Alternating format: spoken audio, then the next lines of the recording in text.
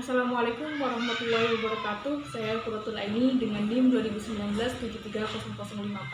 Saya mahasiswa Fakultas Kesehatan dan Kedokteran Universitas Muhammadiyah Jakarta. Di sini saya akan melakukan keterampilan terapi oksigen, tapi sebelumnya saya mohon maaf karena alatnya tidak memadai, maka saya menggunakan gambar untuk mengilustrasikannya. Nah, sebelum melakukan keterampilan terapi oksigen, kita harus terlebih dahulu mengetahui apa sih indikasi seseorang diberikan terapi oksigen. Jadi, saya akan menyebutkan diantaranya, yaitu yang pertama, seseorang itu mengalami hipoksemia, di mana hipoksemia itu adalah seseorang mengalami kekurangan oksigen. Yang kedua, dispenia, yang ketiga, shock berat, yang keempat, trauma berat, atau kelima, dia keracunan CO2, atau dia seseorang setelah melakukan pasca anestesis. Nah, di sini apa sih tujuan utama dari terapi oksigen? Sesuai dengan indikasinya, yaitu yang pertama yaitu mencegah terjadinya hipoksemia pada sel dan jaringan. Yang kedua yaitu menurunkan kerja pernafasan, dan yang ketiga yaitu menurunkan kerja otot pada jantung. Nah, di sini alat terapi oksigen dibagi menjadi dua garis besar. Yang pertama yaitu arus rendah atau yang kita kenal dengan low flow. Yang kedua adalah arus tinggi atau yang kita kenal dengan high flow. Nah, low flow ini juga dibagi menjadi dua. Yang pertama nasal kanul. Nah, nasal kanul ini seperti ini. Jadi dia ada tempat agak benjolan itu untuk dimasukkan ke dalam hidung, seperti ini nasal kanul. Yang kedua yaitu masker. Nah, masker di sini dibagi lagi menjadi tiga bagian. Yang pertama itu ada simple mask. Simple mask itu tanpa tabung reservoir.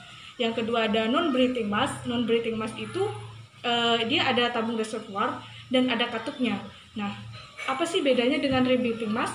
Jadi bedanya non-breathing mask itu ketika udara masuk dia tidak akan tercampur, sedangkan rebreathing mask dia udara akan tercampur karena tidak ada katup. Nah, yang kedua ada arus tinggi atau high flow. Nah, di sini high flow juga dibagi menjadi dua. Yang pertama ada Venturi, yang kedua ada CPAP. Nah, Venturi ini seperti ini, jadi dia memiliki tekanan tinggi, dia bisa diatur fraksi oksigennya sesuai dengan kita kebutuhan oksigen pada pasien. Nah, sedangkan CPAP sendiri yaitu seperti ini. Nah, CPAP ini seperti ini, jadi dia memiliki tekanan saturasi oksigen yang sangat tinggi, dan ini diberikan pada orang yang membutuhkan terapi oksigen yang sangat tinggi, misalnya pada penyakit PPOK yang sangat parah begitu. Nah, kita lanjut pada proses tata cara menggunakan terapi oksigen. Yang sebelum kita melakukan terapi oksigen, maka sebelumnya kita harus melakukan pemeriksaan saturasi oksigen pada pasien. Nah, cara memeriksa saturasi oksigen pada pasien yaitu dengan menggunakan pulse oximetry seperti ini. Nah, pulse oximetry ini biasanya diletakkan pada misalnya ada di telunjuk, di jari tengah atau jari manis. Nah, biasanya kita taruh di jari telunjuk seperti ini. Nah, di pulse oximetry akan tergambar ada dua angka. Di sini ada 98 ini menunjukkan saturasi oksigen dan 78 ini menunjukkan detak jantung pada pasien. Setelah itu, setelah kita tahu saturasi oksigen pada pasien, maka kita melakukan terapi oksigen. Yang pertama, kita lihat pada tabung oksigen. Jadi sebelum kita memasangkan alat terapi oksigen, kita periksa dulu tabung oksigen, apakah oksigen terisi dengan baik atau tidak. Setelah itu kita periksa pada cairan yang ada di tabung reservoir. Nah, di tabung oksigen ini kita buka dulu tutupnya, ini kita putar, dan pada tabung reservoir juga tutupnya juga diputar pada angka yang akan kita berikan kepada pasien. Misalnya angka yang akan diberikan pada terapi oksigen pada pasien yaitu 2 liter per menit, maka kita arahkan pada angka 2 liter. Nah, setelah itu kita ingin memasangkan nasal kanul. Misalnya kita pasangkan nasal kanul, kita masukkan ujung nasal kanul ini kepada tabung reservoir yang ada di sini. Nah, setelah itu kita cek nih di di nasal kanul, kita cek apakah ada terasa keluar oksigen atau tidak. Kalau terasa berarti oksigen sudah masuk ke dalam nasal kanul ini, lalu masukkan kepada pasien.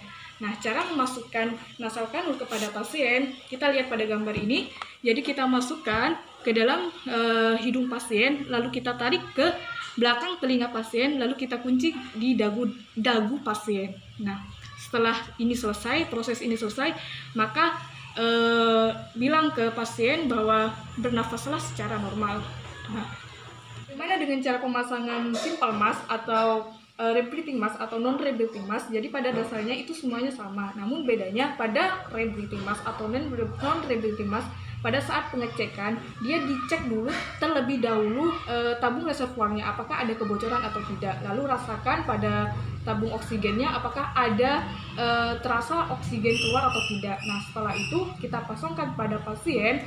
Lalu sebelum kita memasangkan ke hidung pasien, maka terlebih dahulu kita tarik karetnya, lalu kita letakkan atau lewatkan ke belakang pasien seperti ini. Nah, setelah kita memasangkan kepada hidung pasien, maka kita posisikan masker oksigen pada pasien ini sesuai dengan bentuk hidung pasien. Karena kenapa? Karena supaya oksigen yang dihirup oleh pasien adekuat terhadap pasien tersebut. Nah, setelah itu semuanya selesai, maka kita minta pasien untuk bernafas secara normal. Nah, setelah kita meminta pasien untuk bernafas secara normal, maka kita meminta atau memeriksa analisis gas darah arteri pada pasien untuk menentukan berapa sih dosis yang akan dibutuhkan oksigen pada pasien. Nah, caranya yaitu kita langsung ke kasus saja. Di sini ada kasus seorang laki-laki berusia 28 tahun datang ke IGD rumah sakit dengan keluhan sesak nafas. Nah, dokter jaga IGD melakukan pengambilan analisis gas darah dan ditemukan hasil seperti ini. Jadi hasilnya ada pH darah, ada tekanan CO2, ada tekanan O2, ada HCO3, ada saturasi oksigen. Nah, pada analisis gas darah ini kita hanya membutuhkan 3 data, yaitu data tekanan CO2, dan tekanan O2 dan saturasi oksigen. Nah, cara memeriksanya itu langkah pertama kita mencari dulu tekanan alveolar oksigen pada pasien, yaitu dengan rumus 713 dikali fraksi oksigen dikurangin tekanan CO2 dikali 1,25.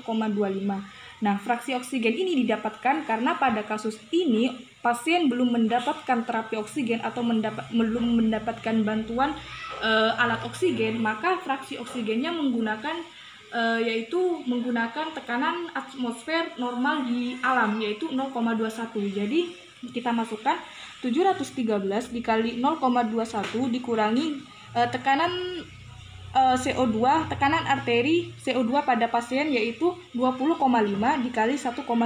Kita dapatkan 124,1. Nah, cara selanjutnya atau langkah selanjutnya yaitu kita mencari tekanan alveolar oksigen yang baru, yaitu dengan cara mengkalikan tekanan alveolar yang lama pada pasien dikalikan dengan tekanan arteri O2 pada tekanan arteri target, yaitu tekanan arteri target kita menargetkan biasanya 90 dibagi tekanan arteri O2 pada pasien. Nah, kita dapatkan tekanan, yaitu kita masukkan alveolar yang lama yaitu 124,1 dikali tekanan arteri O2 target yaitu 90 dibagi tekanan arteri O2 pada pasien yang kita dapatkan di analisis gas darah yaitu 70. Kita bagi 124,1 kali 90 dibagi 70, kita dapatkan tekanan alveolar yang baru yaitu 159,6.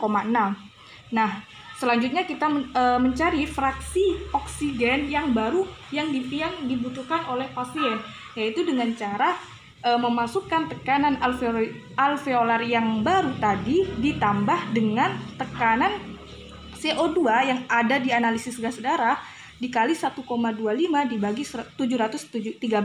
Maka kita dapatkan fraksi oksigen yang baru yaitu 0,26 pada pasien. Nah, lalu setelah kita mendapatkan fraksi oksigen yang baru yaitu 0,26, kita lihat atau cocokkan pada tabel konsentrasi oksigen berdasarkan alat yang digunakan. Nah, kita lihat pada range fraksi oksigen kita dapatkan 0,26 ada di range 0,23 sampai 0,28 yaitu dengan alat kanula hidung, dan ada di range juga di Venturi yaitu 0,24 sampai 0,28 di Venturi, yaitu dapatnya 4-6 liter per menit. Nah, ketika kita mendapatkan dua alat ini, maka kita harus memilih alat apa yang cocok buat pasien tersebut. Nah, setelah cara memilihnya bagaimana, yaitu dengan setelah kita memikirkan teorinya, maka kita harus memikirkan juga efisiensinya. Maka untuk pasien tersebut, efisiensi alat yang akan digunakan adalah kanula hidung, yaitu sebanyak